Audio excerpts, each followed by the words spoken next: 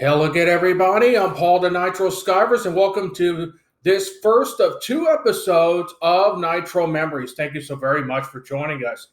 In this first episode today, we're going to go back to finishing off part two of 1989 by taking a look at the Achievement Awards. Now, first off, I have to apologize for not releasing this video back last month, but due to technical difficulties, I had to release it on this particular day. So without any further ado, let's get right into it. 1989, part two. We're going to look at the Achievement Awards and see who won, who got the runner-up, and my thoughts on it. And with that, a very piece of rare footage, a rare piece of item here, the 1989 Pro Wrestling Illustrated's Year in Wrestling. I will be using that for this show. So let's begin with, I'll run down a couple awards here and give you my thoughts on it. Rookie of the Year was the Destruction Crew. They were at that time the AWA Tag Team Champions, Wayne Bloom and Mike Enos, who would later become the Beverly Brothers in the World Wrestling Federation. They were the ones that took out Ken Patera, injured his arm, took out Brad Rangans, cost them the belt, injured Wahoo McDaniel to the point where Wahoo had to actually retire from professional wrestling. They were a force to be reckoned with in 1989, but then their values started declining as they entered the World Wrestling Federation as Bo and Blake, the Beverly Brothers. First runner-up was Dustin Rhodes. We all know what happened to Dustin. He became Goldust. No, actually, he became the natural Dustin Rhodes. Then he became Goldust, and now you see him as one half of the Ring of Honor World Tag Team Champions with Sammy Guevara. Next award up is the Inspirational Wrestler of the Year. It went to Eric Embry for his war with Devastation Incorporated in 1989 in the World Class area. That was a pretty unique feud. Embry lost a Loser League Town match, but then the response to get Embry reinstated because Embry was cheated out of a victory against Gary Young in the Loser League Town match. He got reinstated, and actually Eric Embry was the one that helped win the USWA control of World Class Championship Wrestling, and then it became the USWA in Texas back in August of '89. First runner-up was Nikita Koloff. He lost his wife to Hodgkin's disease, and then he has rededicated his life to winning a world championship in her honor, but it did not happen. Nikita came close. He almost became AWA World Heavyweight Champion in 1990. Nikita has retired. He's now a minister, believe it or not, in Minnesota, I believe. Most improved is Scott Steiner, a long way from becoming Big Papa Pump, but he was one half of the Steiner brothers with Rick Steiner. And who would have thought back in the day he would not only become multiple-time World Tag Team Champion, but he would be Big Papa Pump Scott Steiner in WCW. First runner-up was Brutus Beefcake. Of course, Brutus feuded with the Macho Man Randy Savage back in the summer of '89. He defeated, I think he went to a double countout with Ted DiBiase. He teamed with Hulk Hogan to beat Mr. Perfect and the Genius at Madison Square Garden. Yeah, Brutus would go on for about 6 more months after this year ended before the parasailing accident that cost Brutus most of his career. The Manager of the Year went to Bobby the Brain Heenan.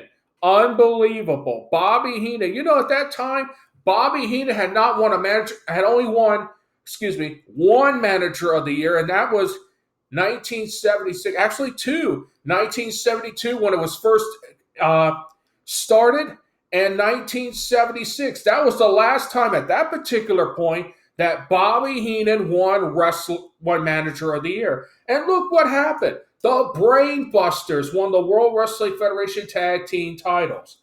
Ravishing Rick Rude was the Intercontinental Champion. Andre the Giant was back under the tutelage of Bobby the Brain Heenan. Heenan was on a roll in 1989. Playboy Gary Hart was the first runner-up. He managed, of course, the Great Muta to the NWA World Television title. He managed Terry Funk in that classic war with Ric Flair in 1989. The feud of the year was Ric Flair versus Terry Funk. Enough said. That was a brutal war. And it outbeat Hulk Hogan versus the Macho Man Randy Savage. Think about that. Flair and Funk beat out the Mega Powers Exploding for feud of the year. That shows you how intense and how vicious this feud was between these two men.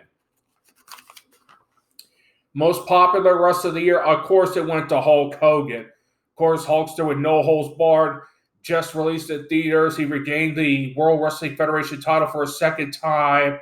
He beat Zeus at SummerSlam in the tag team matchup. Ric Flair, believe it or not, was first runner-up. And he was, from the looks of things, Hogan beat out Flair by more than 4,000 votes. What does that tell you? Hulk Hogan, unbelievable in 1989, most popular. Most hated, Macho Man Randy Savage. Go figure. You know, he turned his back on Hulk Hogan. He brutally shoved Elizabeth. By the way, I still don't like that much, but God rest his soul. He attacked Brutus Beefcake, and then he brought in Zeus, and then he beat Hacksaw Jim Duggan to become king of the ring in the World Wrestling Federation. Actually, the Macho King, in the World Wrestling Federation. Terry Funk was first runner-up. So Randy Savage outshined Terry Funk a little bit in the most hated wrestler of the year.